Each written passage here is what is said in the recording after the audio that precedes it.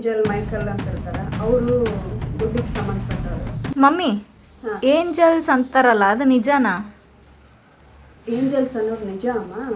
ಯಾಕೆ ಅಂದರೆ ನಮ್ಮ ಕನ್ನಡದ ನಮ್ಮ ದೇವ ಭಾಷೆ ಒಳಗೆ ಏನಂತಿದ್ರು, ಅವರಿಗೆ ಗಂಧರ್ವರು, ಕಿನ್ನರು, ಕಿಂಪುರುಷರು, ಗಂಧರ್ವ ದೇವತೆಗಳು ಅಂತಿದ್ರು.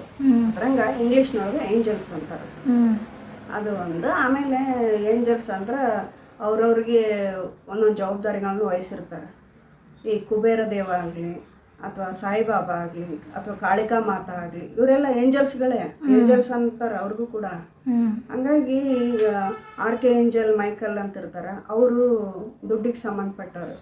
ಹೆಚ್ಚಾಗಿ ಆರ್.ಕೆ. ಏಂಜಲ್ನ ಜಾಸ್ತಿ ನೆನೆಸ್ಕೊಳೋದು ಪ್ರತಿಯೊಬ್ಬರು.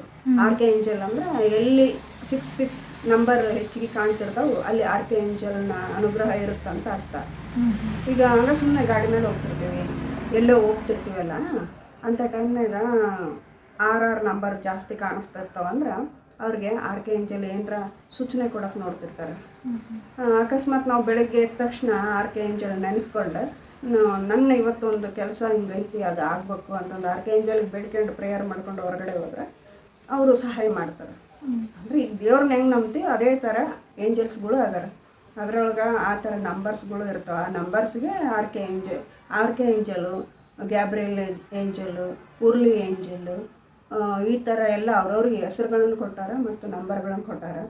ಹಾಗಾಗಿ 333 ಈ ಥರ ಕಂಡ್ರು, ಆಮೇಲೆ 1111 ಕಂಡ್ರು, ಈ ಥರ ಎಲ್ಲ ಅವು ಏಂಜಲ್ಸ್ ನಂಬರ್ಗಳು ಅವೆಲ್ಲ. ಈ ನಂಬರ್ಗಳನ್ನ ತಿಳ್ಕೊಳೋದ್ರಿಂದ, ಆ ಸೂಚನೆಗಳನ್ನು ಅರ್ಥ ಮಾಡ್ಕೊಳೋದ್ರಿಂದ ನಮಗೇನು ಲಾಭ, ಅದರಲ್ಲಿದ್ದ ಏನೆಲ್ಲ ಬೆನಿಫಿಟ್ಸ್ ಐತಿ ಅನ್ನೋದು ತಿಳ್ಕೊಬೇಕಂದ್ರೆ ನೆಕ್ಸ್ಟ್ ವಿಡಿಯೋ ಮಾಡ್ತೀನಿ. ಈ ವಿಡಿಯೋ ಬಗ್ಗೆ ಲೈಕ್ ಮಾಡಿ, ಶೇರ್ ಮಾಡಿ, ಸಬ್ಸ್ಕ್ರೈಬ್ ಮಾಡಿ.